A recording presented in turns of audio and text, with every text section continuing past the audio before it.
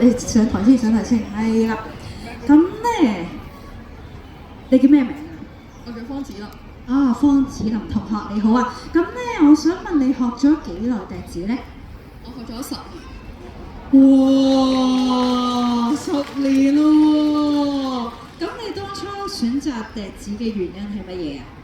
我當初選擇笛子係因為我覺得笛子嘅表演力好強啦，佢可以好清脆咁樣表演，佢亦都可以表演啲好優美嘅樂曲。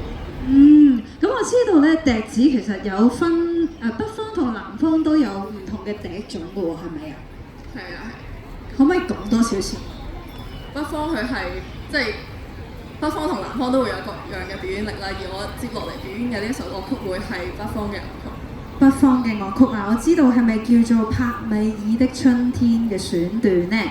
好，咁喺呢度咧就等我講一講呢個樂曲係講啲咩㗎啦。咁帕米爾的春天嘅選段就係用咗新疆塔德克族嘅民歌同埋節奏，去描繪帕米爾高原壯麗嘅風光，同埋當地人熱愛生活、載歌載舞嘅情景㗎。